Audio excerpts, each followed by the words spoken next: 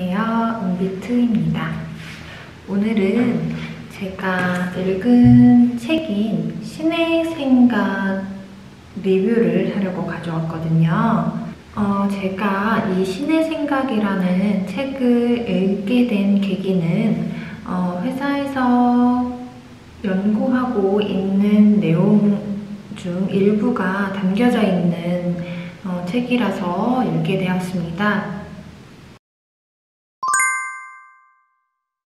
자연현상을 물리법칙이나 방정식으로 표현하고 분석을 하는 것은 물리학자, 수학자들이 해왔던 일이다.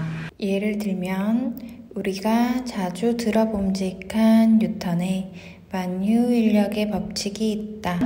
사과나무 밑에 앉아 휴식을 취하고 있던 뉴턴이 나무에서 떨어지는 사과를 보고 왜 사과가 위에서 아래로 떨어질까에 대한 현상을 보고 연구하고 분석했기에 자연법칙을 만들고 공식을 발견한 것이다. 하지만 지금 모든 현상을 수식으로 표현하기에는 분명한 한계가 있다.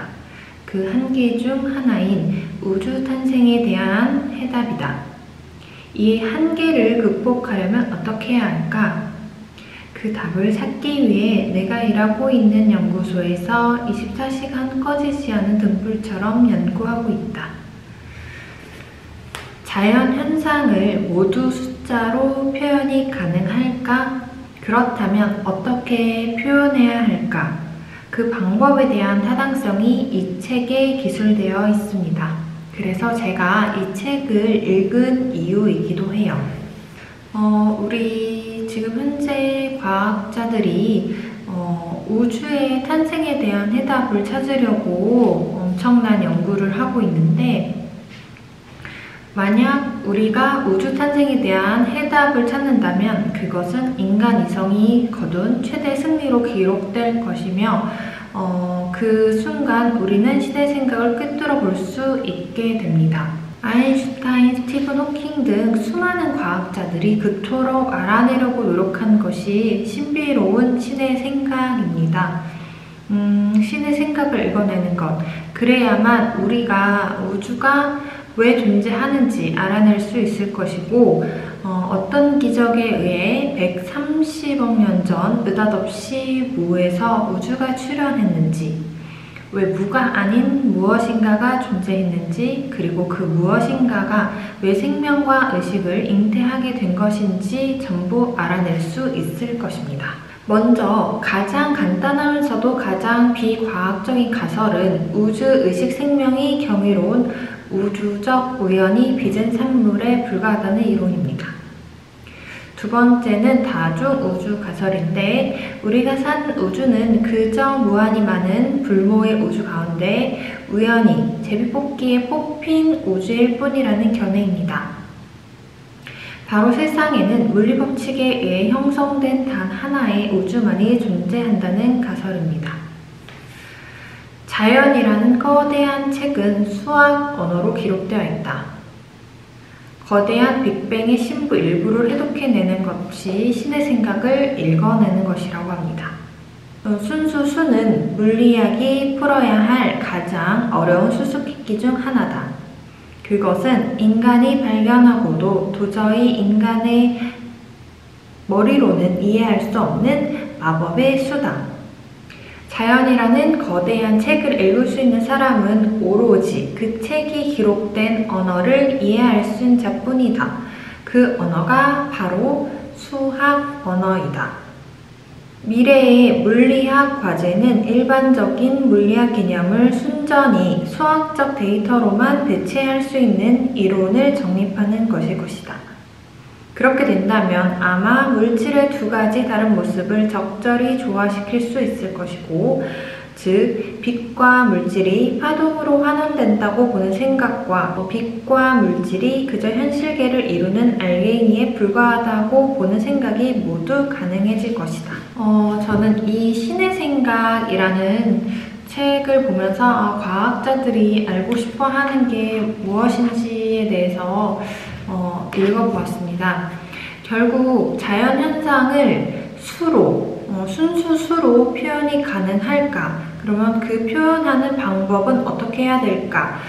이게 제가 지금 현재 연구하고 있는 과제 중 핵심 공준이기 때문에 이 책을 읽어보게 되었습니다. 자연의 모든 현상을 수로 다 표현하면 어떨까요? 자연의 모든 현상들 그리고 자연 현상을 기술하는 그 법칙들이 수로 된 방정식으로 환원이 가능하다면 아마 지금 갖고 있는 기술보다 훨씬 빠르고 정확하게 계산할 수 있는 그런 플랫폼이 나오지 않을까라는 생각이 듭니다. 과학에 대해서 알고 싶고 그리고 과학자들이 그동안 풀지 못한 난제들이 어떤 것들이 있는지에 대해서 알아볼 수 있는 책이었습니다. 책 읽어주는 여자 은비트의 신의 생각 리뷰입니다. 이코노미스트 기사 하나를 읽어왔거든요. 그 기사도 함께 공유할게요. 기사 내용은 애플에 관한 기사예요. 애플은 지난 글로벌 자본주의 시대를 예시했다. 팀 쿡은 기술 및 세계화의 새로운 시대에 적응해야 한다. 애플을 언급할 때 슈퍼레이티브를 피하기 어렵다. 이 회사는 시가 2조 5천억 달러로 세계에서 가장 가치 있는 회사이다. 그중 80% 이상이 팀 쿡 재임 기간 동안 축적되었다. 주주들에게 이보다 더 절대적인 가치를 창출한 CEO는 없다. 이번 주 취임 10주년을 맞아 흐뭇한 마음으로 뒤를 돌아볼 수 있다. 애플의 공동 창업자를 모방하는 대신 스티브 잡스의 창작물을 더 낮고 더 크게 만들었다. 애플의 혁신 기록과 브랜드 유지에 큰 도움이 됐다. 그러나 쿡 씨는 또한 사라져가는 개방적이고 세계화된 자본주의의 시대를 최대한 활용했다. 그는 5년 이상 책임자로 남을 계획이다. 그가 새로운 환경에 어떻게 대처하는가는 애플 이야기의 다음 서사시를 형성할 것이다. 다른 거대 기술 기업들의 기준에서도 애플은 이례적이다. 1977년 설립되었으며 주로 하드웨어를 판매하며 설립자가 아닌 투자자에 의해 통제되고 있으며 알파벳, 아마존, 페이스북, 마이크로소프트, 알리바바 또는 텐센트보다 국내 시장 밖에서 판매 점유율이 더 높은 글로벌 기업이다. 쿡 씨의 감독 아래 그것은 네 가지 트렌드를 이용했다. 하나는 글로벌 공급망이다. 중국을 중심으로 엄청난 생산 네트워크를 구축했고 전 세계에서 생산되는 부품들을 보유하고 있다. 이 기계는 다음 달 아이폰 13 신제품 출시를 앞두고 크래킹 작업을 진행 중이며 판매량은 90여만 대에 이를 것으로 예상된다. 애플은 중국 근로자를 채용하는 것뿐만 아니라 두 번째로 큰 흐름인 중국 소비자들로부터 큰 폭의 돈을 벌어들였다. 중국으로부터 연간 매출은 10년 전에 비해 약 5배 증가한 600억 달러로 다른 서양 회사들보다 더 많다. 애플은 또한 정부들이 높은 시장 점유율을 가진 기업들에 대해 긴장을 풀었던 시대에 번창했다. 단말기 부분은 여전히 저렴한 휴대폰에 대한 경쟁이 치열했던 반면 고급형 애플은 미국에서 매출 점유율이 60%를 넘고 운영체제에서 우위를 점하고 있다. 경쟁 기술 대기업들과 경쟁하기보다는 구글로부터 아이폰의 검색 엔진을 만들어주는 대가로 거액의 돈을 받는 등 카텔리시안 아늑함의 수혜자가 되어왔다. 애플이 팀 쿡이 애플 최고 경영자가 된 지 10년이 됐습니다. 스티브 잡스 이후에 리더십을 넘겨받았을 때 그에 대한 우려의 시선이 많이 쏟아졌는데 10년이 지난 지금 현재 쿡은 보란듯이 정반대의 결과를 냈습니다. 팀 쿡이 10년 동안 애플의 시총을 연평균 2,103억 달러, 약 245조 원을 증가시켰습니다. 애플 기반 경제, 즉 애플 플랫폼의 연동에 돌아가는 모든 기업의 연매출을 7배로 늘렸다는 것입니다. 이 모든 성과의 바탕은 쿡의 탁월한 리더십과 통찰력입니다. IBM에서 경력을 시작한 쿡은 애플 입사 당시 물류 및 재고 관리 전문가에 가까웠는데 그에게 신의 한 수는 뭐였을까? 첫째, 그는 디지털 모바일화 흐름에 앞서 나갔습니다.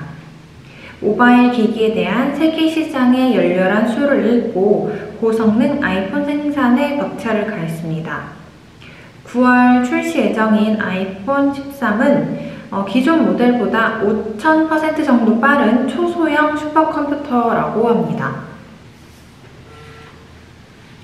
둘째, 그는 글로벌 시장 흐름을 제대로 읽었는데 중국의 부상을 예상하고 중국 본토에서 100만 명을 고용하는 등 앞서 나갔습니다.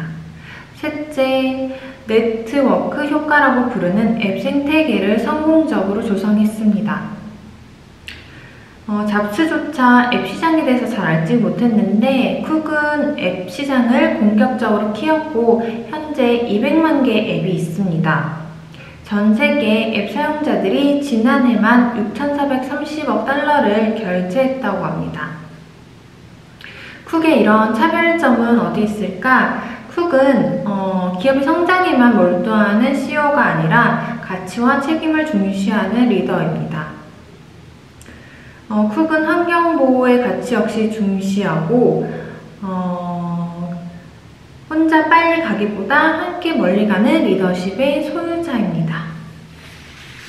그래서 애플이 CEO가 팀 쿡으로 바뀌면서 벌써 10년이 되었더라고요. 그래서 그 10년 동안 애플을 얼만큼 팀 쿡이 성장을 시켰고 그 성장한 비결과 원동력이 무엇인지 알려주는 기사였습니다.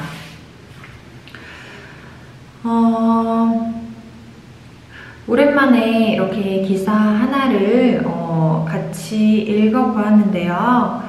저도 세계의 트렌드를 발빠르게 알아갈 수 있는 이코노미스트 기사를 하나 읽으면 뭔가 풍요로워지는 느낌을 받아요. 제가 관심 있는 것만 사실 보게 되잖아요. SNS도 그렇고 뉴스 기사도 그렇고. 그런데 그 이코노미스트에 나온 기사는 제가 좀 관심을 갖지 않았던 분야를 접해볼 수 있고 그 분야에 대해서 읽어볼 수 있어서 오늘은 책 리뷰 하나랑 기사 리뷰 하나를 나눠봤습니다. 감사합니다.